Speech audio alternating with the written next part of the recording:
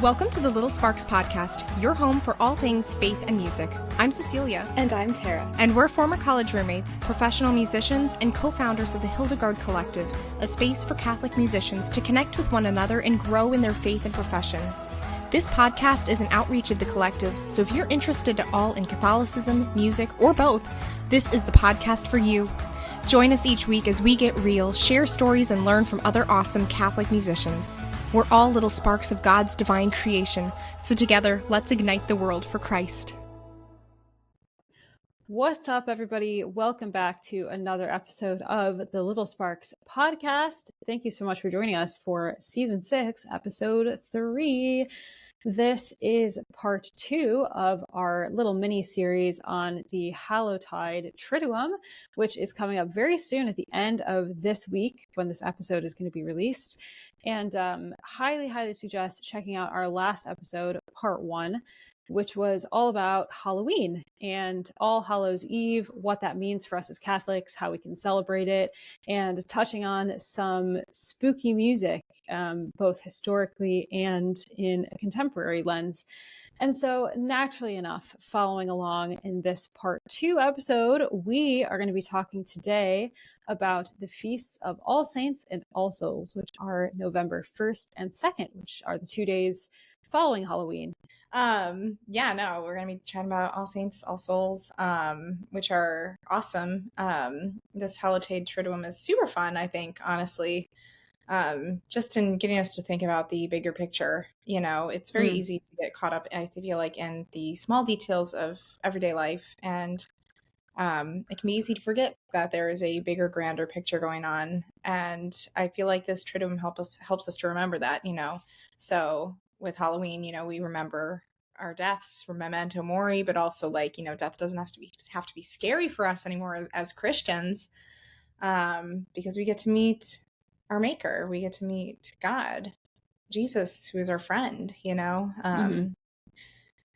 But then we turn to All Saints Day, which is the big feast within this Triduum. All Hallows Eve is the vigil of All Saints Day.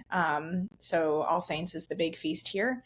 And it's when we celebrate all the saints in heaven. So not just, you know, like how different saints have their feast days all throughout the year. Like, this is when we celebrate everybody in heaven, which is super, super awesome. And yeah, I love All Saints Day. It's a wonderful, wonderful day. Highly recommend doing something to celebrate it, you know, even if it's just like grabbing, I don't know, a slice of cake at the grocery store, you know, do something to celebrate. Like, this is a feast worth celebrating. Yeah, absolutely. And one of the things that I love about it as well is there are literally God knows how many saints that are not recognized by the church and are not part of the Roman martyrology or part of any even local, you know, liturgical calendar. So the fact that we have this day to commemorate not only our canonized saints who we know by name and love and ask their intercession all the time, but also all of those holy men and women who have fought the good fight, finished the race, and made it to heaven, whose names we will never know until we get there. And I think that is so cool. That is something I think about every single year on All Saints. And I hope that all of those people feel celebrated that day. And it's a great reminder as well for ourselves of what our end goal is. Because we've just had Halloween, right? Where we're like reflecting all about our death and the 4 last things and all about the kind of struggle in this life to achieve sanctity. And then that being followed by All Saints Day really just points us in the direction of, like, it's nearly like our North Star in a way where we're like, okay, like, that's where we're headed. This is what we're aiming for. And we have all of these wonderful, beautiful examples of men and women from all backgrounds, all walks of life, all different trials and tribulations here on earth who had to undergo, you know, all of these crosses in order to achieve their salvation in heaven. And just being able to celebrate their examples, ask their intercession in a very special way, and also really remind ourselves of what it is that we're striving for, why we are, you know, going through all of this suffering and God grants us many opportunities for sanctity, which can be very difficult sometimes. And having this day to give us a sense of direction and purpose is really meaningful. Yeah, 100%. And as musicians, there like we have musical saints that we can look to, musical saints and blesseds. Like obviously Saint Hildegard von Bingen is one that comes to mind, or Blessed Dina Bellinger, who we talked about in, I want to say it was season 3 or 4, who was a music educator and a religious sister in Canada. Or even saints that were, not necessarily musicians by trade, but musicians in their own lives, just like, St. Alphonsus Liguori was a very talented harpsichordist and composer in his own right. And there's Saint Maria Crescenta Hess, I think it's Hess, who was a German religious sister in right after the Reformation, and her voice was so beautiful that Protestants and Catholics alike would come to listen to her sing Vespers, which I've always thought is cool ever since I found out about her. But in addition to these saints who were musicians, we think of all of the musicians in heaven who we don't know. There are countless, music teachers and performers who are up there and we just don't know their names, or maybe we do know their names and they're not, canonized saints. We just don't. Yeah. It's just really cool to think about, that, I don't know. I think of that phrase that St. Paul uses, that cloud of witnesses, we're surrounded by so great a cloud of witnesses. And that's not just some vague term, or it's not just, just this, great clump of all kinds of saints, everyone in every profession has their own cloud of witnesses among the saints who were in their own profession too, that includes us as musicians. And I just think that's really beautiful, Yeah, absolutely. I think sometimes it can be hard, and that's, as we've talked about many times, that's the whole reason why we started the Hildegard Collective, was so that we could, here on earth, be a witness to each other within our profession, and help kind of guide each other, pray for each other, support each other. But lest we forget that we do have this amazing cloud of witnesses who very much understand our profession, our careers, our studies, all of these struggles that we have to undergo professionally, who are also there praying for us, supporting us, rooting for us, and want to see our ultimate success, which is not professional, but is personal and holy. And they're praying for us, and we can ask them to pray for us too. We can literally just be like, all musicians in heaven pray for us. You know what I mean? I think that's just really cool and really beautiful. Yeah. So leading on from there, after All Saints Day, we have All Souls Day, where we pray for all those who have died, because, unless someone is a canonized saint, we can't really assume that they're in heaven, which can be difficult especially when you're grieving someone that you love. It's very easy to be like, oh yeah, they're in heaven now, but not necessarily. Hopefully they are. We hope that they are. But that's not necessarily the case, and we have a duty as Catholics to pray for the souls of the dead. And something I was thinking about last year, I feel like it was honestly the first time I really thought about it, was the need to pray for those musicians who have gone before us. Because if you look at the lives of especially a lot of famous classical musicians, there were a lot who were Christian or Catholic. And when we look at their lives, we just don't know what state they ended up in when they were on their deathbed. And in that moment, that moment of their death where their heart was. But it can be easy to wonder, well, did so-and-so make it to heaven because their life was pretty interesting, Yeah. So I think obviously the Lord can work miracles and we don't know what the state of certain people's hearts were on their deathbeds, um, but we have a responsibility as Catholics to pray for their souls. Like something I was even thinking about last year with this was like, we have masses said for, our relatives or friends who have gone before us. Have we ever thought about having masses said for deceased musicians? Mm-hmm. Like, has anybody gone and had a mass said for, I don't know, Edward Elgar? He's one that like immediately comes to mind because he was Catholic and he left the Catholic faith for Anglicanism because he wanted to go higher in his career. Like it was not any sort of like, oh, well, I think, Anglicanism is where it's at. Like it was literally a career move for him. And even though there's like a story that he repented on his deathbed and came back to the Catholic Church, but it's not verified whatsoever. And it's probably just, a nice thought sort of legend.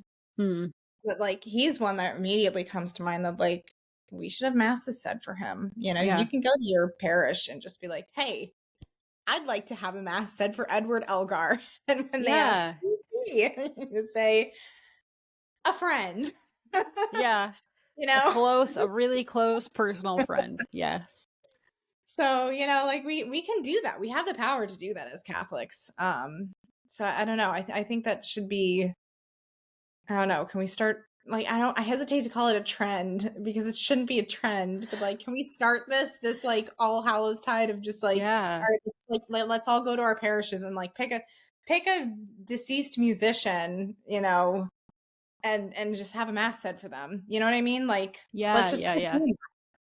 And the other thing I think that's so important to remember, like you said earlier, we can't just like assume that people are in heaven unless they've been canonized saints by the church, right?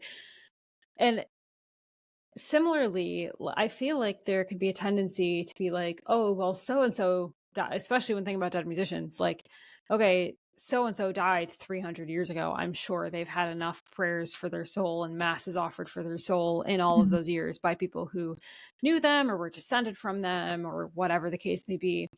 And also, that is something that we should not assume. Yeah. Because like that, when you just don't know the state of someone's soul in, the hour of their passing on and when they receive their judgment from the Lord, they could use a lot of prayers. I remember kind of having a crisis about this actually when I was in middle school, because we had read in my English class in like 6th or 7th grade, I think, we read a book about Fatima, and I think I remember what the cover looked like, but I don't remember the exact context of the book. But I think it was an interview with Lucia when she was like older in her life, recollecting these events of Fatima. And for those who know the story of Fatima well, you will know that in one of the apparitions, Lucia asked Our Lady about a friend of hers who had recently passed away from some illness. And like that, this friend was about her age, so about 10, 11, maybe a little bit older, when she passed away from this disease. And so, like, still a kid, did not have a fully developed frontal lobe, was not operating at her fullest capacity of reasoning as a person. And when she asked about this, the state of her friend's soul when she passed away, Our Lady said to her, she will get to heaven, but she will have to be in purgatory until the end of time. Yeah, that's sobering. I remember I know what book you're talking about because I think I read the same book when I was in high school. It was quite intense. Yeah. Oh yeah. But I remember asking my English teacher, like, but surely then, if Lucia then, I'm sure she must have gone after that and offered some like plenary indulgences for her friend to get her out of purgatory before the end of time. But then Our Lady is outside of time, and she answered that question in a way that was non-temporal because it necessitates that there is an end of time. And so then if Lucia went and offered plenary indulgences, that would make that statement incorrect. And I remember having this whole like crisis about this and being like, how does that work? That's so like yeah. And that was maybe the first time in my life that I really thought very seriously about like, oh, if this little girl is going to be suffering the pangs of purgatory until the end of time, we should never, ever assume that somebody's soul has had enough prayers or mass offerings or indulgences. We need to just keep offering them over and over and over again until maybe someday the church will declare that person a saint, maybe not. But I remember having that very sobering realization of like, oh my goodness, this is a very serious duty that we have to pray for the souls in purgatory. Yeah, because like at the end of the day, like on the outside, someone can look like they have it all together in terms of their faith, but it all comes down to how attached are they still to the world. That's really what purgatory cleanses us from, is any attachments that are to any disordered attachments, really, that are to things that are not God, so we just don't know, the state of someone's heart. And sometimes it's hard to know the state of our own hearts. Like, how attached are we really? We don't have, because of original sin, our vision is a little bit cloudy, and sometimes it's hard to, as I'm sure we've all experienced in our own lives when we examine ourselves, sometimes it becomes hard to see what exactly is going on there, because we're almost too close to ourselves, if that makes any sense. So yeah, we just can never make assumptions. We always have to just rely on God's grace and rely on God's mercy, and just, continually, for ourselves, seek to, be free of any disordered attachments. But then when it comes to those and, who have gone before us, we just don't know. And we have a duty and a responsibility to pray for them. One of the spiritual works of mercy is to pray for the dead. And I think that, I don't know, sometimes I feel like we forget about the corporal and spiritual works of mercy.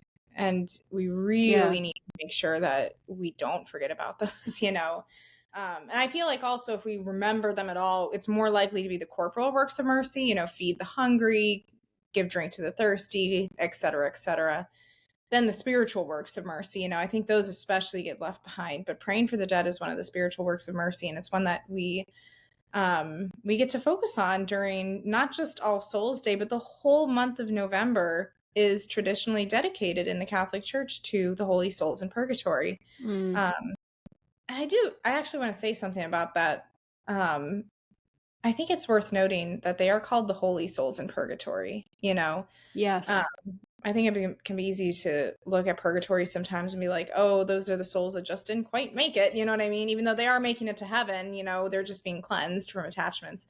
But there's still a recognition that these are people who did sincerely strive to seek Jesus, And also, like, just because somebody has been canonized a saint by the Catholic Church does not mean that that person didn't spend time in purgatory. Also, because if you look at the criteria for somebody being a saint, right, they had to have lived a holy life, and they have to have a certain number of verified, unexplainable miracles attributed to them. And you need like a certain amount to be beatified, and then a certain amount to be canonized. Right. And miracles, of course, would indicate that that soul is with God in heaven. Right.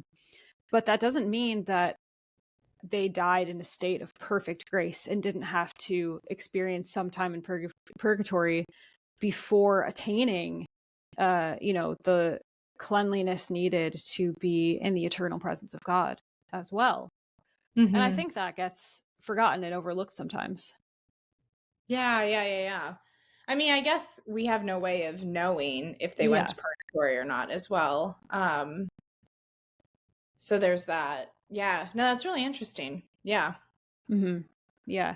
And I think as well, circling back to what you were saying about the works of mercy, the Hallowtide Triduum is a really great time to pull out those lists of the works of mercy, both corporal and spiritual, and just spend some time focusing on them, because All Hallows Eve, when we kind of acknowledge and celebrate the church militant here on earth, the corporal works of mercy really kind of lean into those earthly sufferings and how we can relieve our brothers and sisters here on earth and kind of be a witness to God's mercy in this really temporal way here, in our time on earth.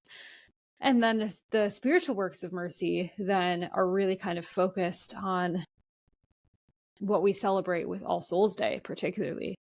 Like you said, praying for the dead is a spiritual work of mercy.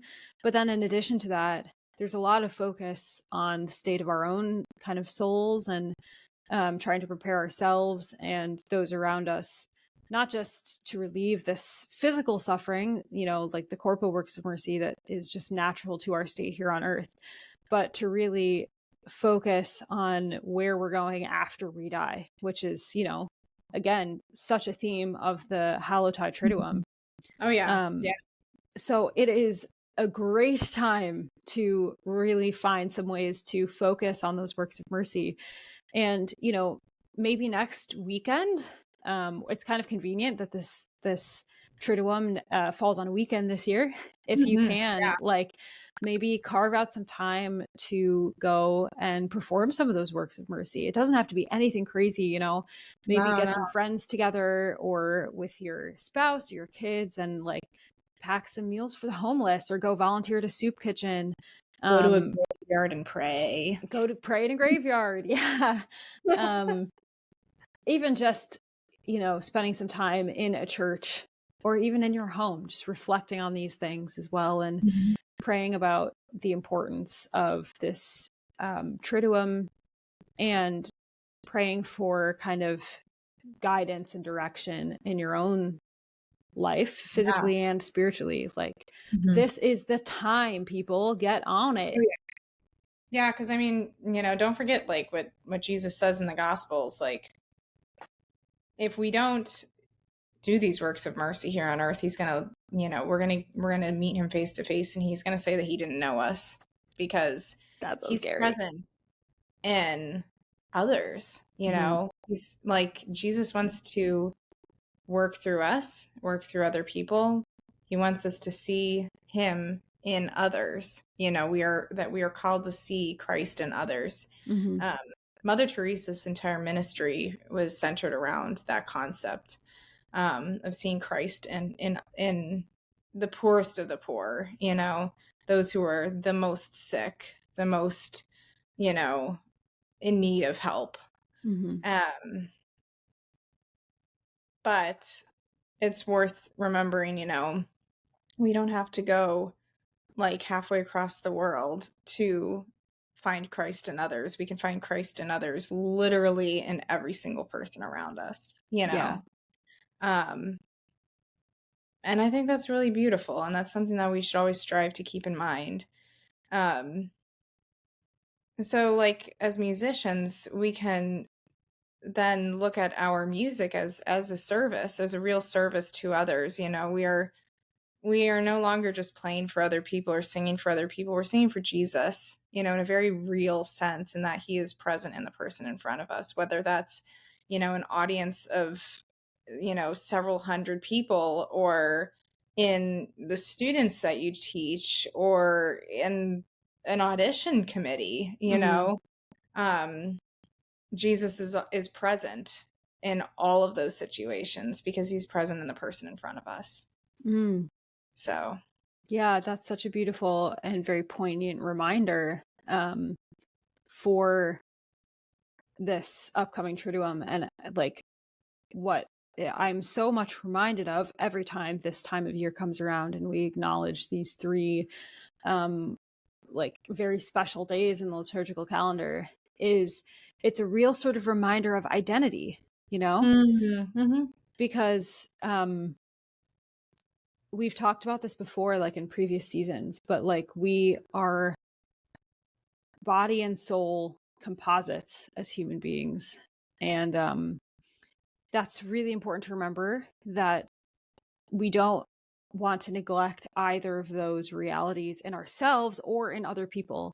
And that's, again, where these kind of works of mercy come in, and this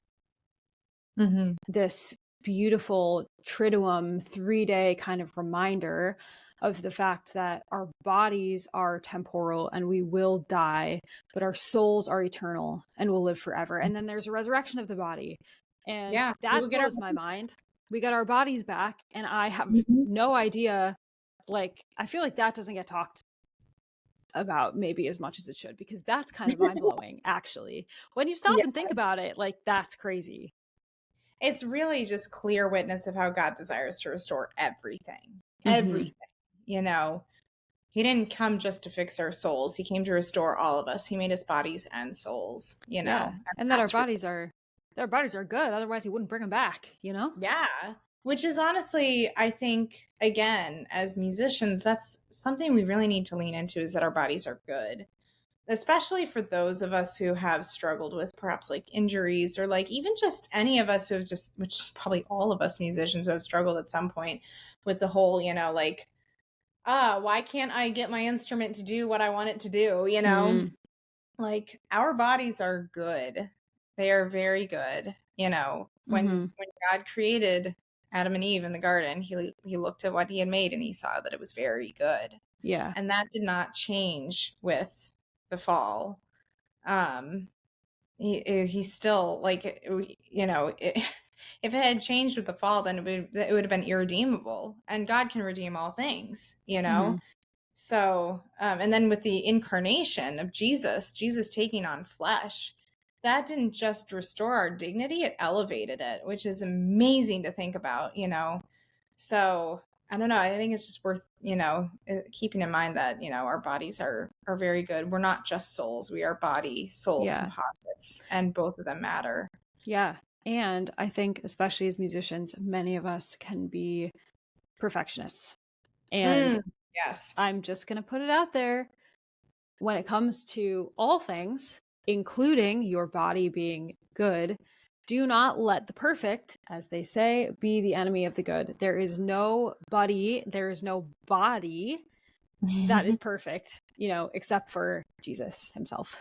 And your body does not have to be perfect in order for it to be good. And I think, like, that's something you and I, Cecilia, have talked about before in reference to our own smorgasbords of diseases that we have, and autoimmune conditions and physical sufferings that we both have undergone. And like, you know, definitely there are times, I think, where each of us has been like, but how can my body possibly be good if it's literally hurting me? It's literally doing the opposite of what on paper it was like created to do. And it is like, there's definitely an element of that that's a mystery for sure. But it's this whole journey of coming to accept and realize that your body does not have to be perfect, does not have to be operating perfectly in order for it to still be good, and, you know, created by God, cherished by God, and therefore should also be valued and cherished by you. And like, you don't have to have that same kind of dramatic example of having a billion diseases in order to struggle with that either. Because, you know, sometimes, you know, speaking as a singer, your instrument is literally your body, and that can feel very personal sometimes. And criticisms of your voice, of your performance, of your artistry can feel like extremely personal attacks, and they can feel like criticisms of your actual body. And that can be kind of a mind game sometimes to try and navigate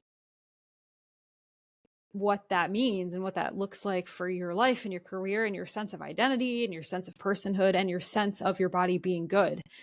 So I can't pretend to, you know, have all the answers when it comes to going on this kind of journey and realization of your body being good no matter what.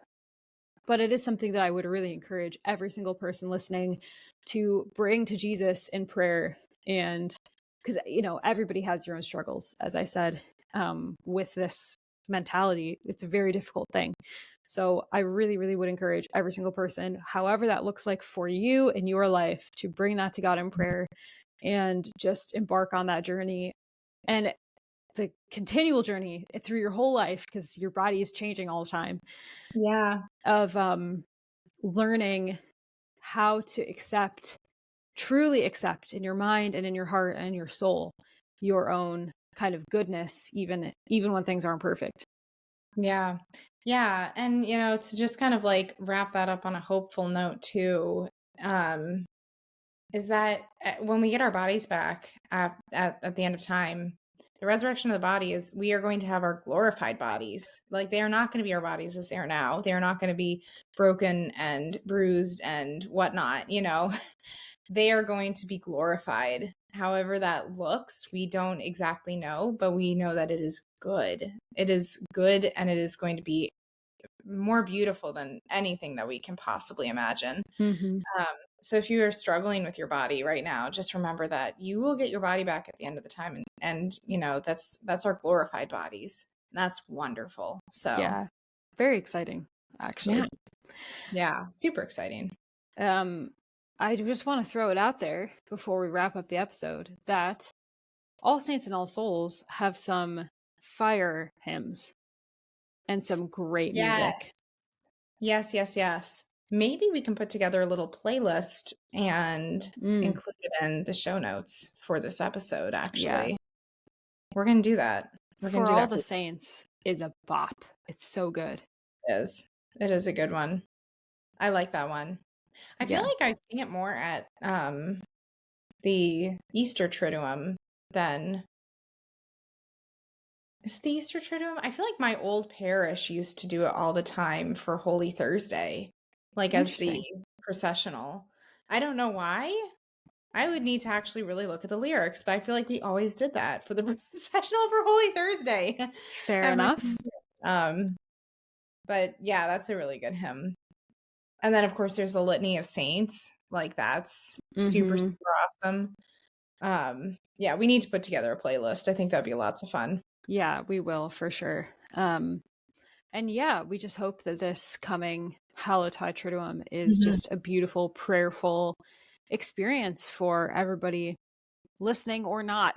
And that it's just a poignant and beautiful and hopefully not scary reminder of our ultimate destinies. Yes, and amen. And just want to throw one more thing in there. Don't forget there are indulgences linked to All Souls Day, and praying at a graveyard, at a cemetery. Like, there's an indulgence for that in the month of November, and I think it's a full indulgence for the first 8 days, I think, of the month. We'll link to something about that in the show notes. Yes. So that's like some solid information on that. But there are some really great indulgences at this time of year, and you don't have to, you can offer that indulgence for someone else. It does not have to just be for you. So if you want to go ahead and do one of those and offer it up for a dead musician, you should do that. Absolutely. Go get your indulgences, people. This is prime indulgence time. Let's go. Yes. And on that note, Tara, what have you been listening to lately? Okay, well, actually, Cecilia, you already know my answer for this one this week. And I do, but I forget because my poor baby's been teething so much, and she had a stomach bug, so everything is like, my brain is fried. So please enlighten me again. I will. We talked about it just before this episode, actually. And we did. No. And it kind of goes a little bit hand in hand with my answer from last week. And in that, it is a song that we will often play around the office just to kind of keep people's spirits up during the working day. And it is the absolute bop of a song, Chili Con Carne by The Real Group. That's right. Oh my gosh, that's such a fun song. It's so fun. So I only kind of discovered the song kind of recently, which I didn't know that it was like so well known by people. It's so but fun. I sang it like several years ago with some friends for a concert we put on.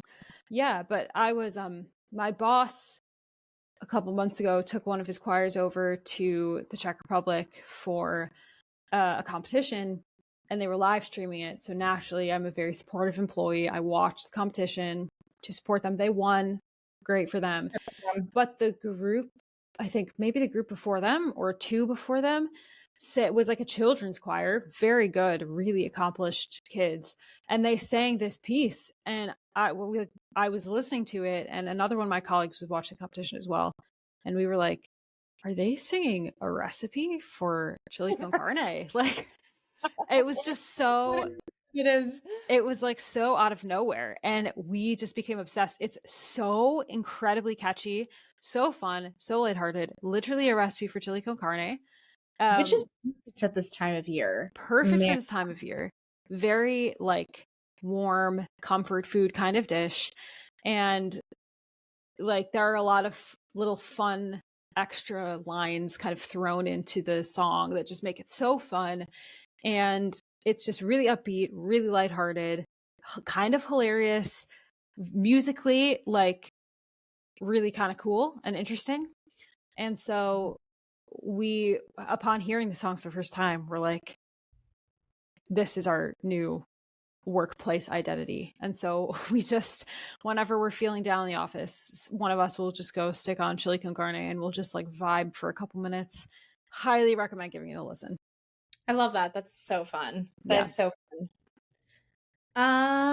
What have I been listening to this week? I feel like most of the music I listen to these days is primarily to expose my daughter to multiple kinds of music. I think what I'll pick this week is, I may have shared about this band on here beforehand, but they're like kind of like an indie folk band. They're called the Arcadian Wild. They're Christian. They have Christian undertones to their music, but it's not like explicitly Christian, if that makes sense. They have a lot of fun music out there.